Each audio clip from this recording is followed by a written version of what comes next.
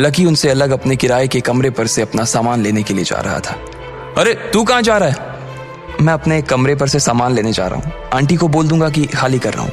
वो तीनों उसके पास आए और बोले, पहले तो ये बता कि खाना कहाँ से आया था। इसके बारे में तो लकी ने सोचा ही नहीं था।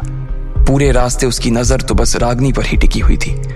अरे वो तो मैंने अपना जॉब चेंज किया ना, तो उस मेडिकल पर सैलरी अच्छी नहीं मिल रही थी, तुम लोग तो जानते ही हो। और तो फिर एक होटल में ट्राई किया, वहाँ पर वेटर की जॉब लग गई है। मैनेजर मेरी सर्विस से भी बहुत खुश है, तो और उसे पता चला कि पढ़ाई भी कर रहा हूँ और मेरे कुछ दोस्त भी हैं, तो खुशी खुशी उसने मुझे ये सब पैक करके दे दिया था। बाकी लोगों को लकी की बात पर डाउट हो रहा था, लेकिन इससे पहले कि वो आगे कुछ कह पाते, लकी ने कहा, मैं निकलता हूं भाई लोग, वरना आंटी के जॉगिंग जाने का टाइम हो जाएगा। तो हम लोग भी तेरे साथ ही चलते हैं, तेरा सामान पैक करवा देंगे, प्रीतम ने कहा। अरे मेरे पास कितना ही सामान है, एक बैग, एक बोरा और एक बिस्तर, मैं खुद ही ले आऊंगा। वैसे भी तुमने मेरे लिए बहुत कुछ किया है, अब बस जाकर सीधा क्लास अटेंड करो। उसे आज दिल ही दिल बहुत अच्छा लग रहा था। ज्यादातर वक्त अमित ही उन लोगों को बाहर खाना खिलाता था, क्योंकि उनमें सबसे ज्यादा वही कमाता था। लेकिन आज जब उसने खाना खाते हुए अमित, गर्वित और प्रीतम के चेहरे की खुशी देखी, तो वो भी खुश हो गया। उधर दोपहर की 2 क्लास खत्म हो जाने के बाद लकी भी वापस कॉलेज आ गया था। जब वो बरामदे से अपनी क्लास की ओर बढ़ रहा था, तब उसे पीछे से एक लड़की की आवाज आई, तुमने कल मेरा लाइव देखा या नहीं देखा? लकी ने पीछे मुड़कर देखा तो उसके सामने अंजलि खड़ी थी। ये वही लड़की थी जिसे कल लकी ने 5 चांद गिफ्ट में दिए थे। अरे पर इसके आने से तुम्हारा क्या फायदा होगा, उल्टा तुम्हारा नुकसान ही हो जाएगा। अरे नहीं, जितने ज्यादा लोग उतनी ज्यादा पॉपुलैरिटी। हाँ, जो लड़का मुझे कुछ नहीं दे पाया वो तुम्हें क्या देगा? डिंपल ने लकी के पास आते हुए कहा। हाँ, डिंपल सही कह रही है, इस तरह के लोगों को जोड़ने से फायदा ही क्या है, जो कुछ दे ही ना पाए। इससे तो अच्छा है कि तुम उस लड़के पर ही ध्यान दो जिसने तुम्हें 5 चांद दिए। जब लकी सब तमाशे को देख रहा था कि उसके सामने एक काले रंग की बड़ी सी गाड़ी आकर रुकी। फिर कार का शीशा उतरा और लकी ने देखा कि उसमें और कोई नहीं बल्कि राहुल बैठा हुआ था। राहुल, राहुल, मैं इधर हूं।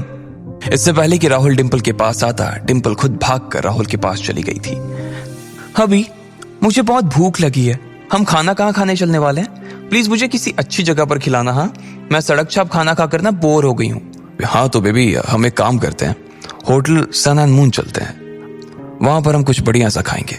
मैं अभी हम दोनों के लिए एक टेबल बुक करा देता हूं, राहुल ने कहा और तुरंत ही अपनी जेब से मोबाइल निकालकर सन एंड मून में उन दोनों के लिए एक टेबल बुक करने लगा। लेकिन इधर लकी डिंपल की इस हरकत से उदास था। तुम अभी भी उसी के बारे में सोच रहे हो ना? लकी को अपने पीछे से एक लड़की की आवाज आई और उसका ध्यान टूटा। वो अपने ख्यालों से बाहर आया और उसने देखा कि उसके पीछे साक्षी खड़ी थी। नहीं है, ऐसी कोई बात नहीं है। देखो, मुझसे झूठ बोलने की जरूरत नहीं है, मैं तुम्हें अच्छे से जानती हूँ। असल में बात यह है ना कि मुझे उसकी चिंता है। वो जो कर रही है ना, ठीक नहीं कर रही है। उसके लिए ऐसा कुछ करना अच्छा नहीं है। तुम जानती हो ना राहुल कैसा लड़का है। वैसे जो उसके साथ हो रहा है ना, होने दो, शी डिजर्व्स इट। उसने तुम्हारे जैसे इतने अच्छे लड़के को छोड़ दिया। चलो हम भी कहीं बाहर कुछ खाने के लिए चलते हैं। आज का डिनर मेरी तरफ से, कॉलेज के बाहर तुम जो बोलोगे तुम्हें वो खिलाया जाएगा। अरे हाँ, मैं तो भूल ही गया था, ट्रीट की बारी तुम्हारी नहीं मेरी है। मैंने लास्ट टाइम तुमसे कहा था ना कि हम होटल सन एंड मून चलेंगे, तो चलो आज हम वहीं चलकर खाना खाते हैं। ये सुनते ही साक्षी के होश उड़ गए। लकी, मुझे मालूम है तुम्हारा ब्रेकअप हुआ है, मुझे मालूम है कि डिंपल तुम्हें जलाने के लिए ये सब गेम्स खेल रही है, लेकिन तुम्हें भी उसकी तरह पागल होने की जरूरत नहीं है ना। वो जो कर रही है उसे करने दो, लेकिन कम से कम तुम तो उसकी जैसा मत बनो। सन एंड मून जाकर तुम क्या दिखाना चाहते हो कि तुम भी उसे जला सकते हो? नहीं, ऐसा नहीं है। मैंने बस तुमसे प्रॉमिस किया था ना कि हम एक दिन सन एंड मून में चलकर खाना खाएंगे, तो बस मैं वही प्रॉमिस पूरा कर रहा हूं। नहीं लकी, देखो मेरी बात सुनो। इससे पहले कि साक्षी अपनी बात पूरी कर पाती, लकी ने उससे कहा, बातें रास्ते में हो जाएंगी, अभी तुम मेरे साथ चलो। उसने बस अपना मोबाइल निकाला और आगे चलने लगा। साक्षी को भी लगा कि इस बार लकी सीरियस दिख रहा था, इसलिए वो भी उसके पीछे पीछे चल दी। इधर लकी और साक्षी ऑटो में बैठे ही थे कि उधर राहुल ने अपनी गाड़ी होटल सन एंड मून की पार्किंग में लगा दी। Welcome sir, welcome ma'am. एक वेटर ने राहुल और डिंपल को देखते ही कहा, मैंने टेबल नंबर 8 बुक किया है, राहुल ने कहा, और उसके कहते ही वेटर ने अपनी लिस्ट देखनी शुरू कर दी। Mister and Mrs Rahul, right sir? Waiter ने कहा। राहुल ने हाँ में सिर मिलाया। अपना नाम राहुल के साथ जुड़ते हुए देख डिम्पल मारे खुशी के पागल ही हो गई थी। वेटर ने उन दोनों को टेबल नंबर 8 तक का रास्ता दिखाया और फिर उन दोनों के लिए कुर्सियां खींचकर उन्हें वहां पर बैठा दिया। ये कितना बड़ा रेस्टोरेंट है ना?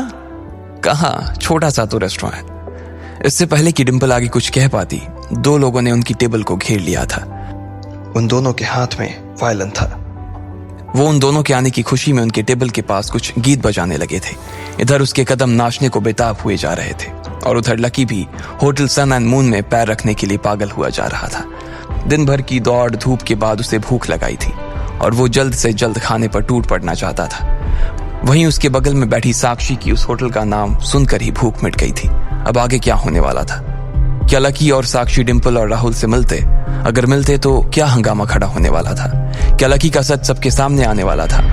इन सभी सवालों के जवाब जानने के लिए नीचे दिए गए लिंक पर क्लिक करके इंस्टॉल कीजिए पॉकेट FM और फ्री में सुनिए दुनिया भर में हंगामा मचाने वाली ये जबरदस्त कहानी इंस्टा मिलियनेयर।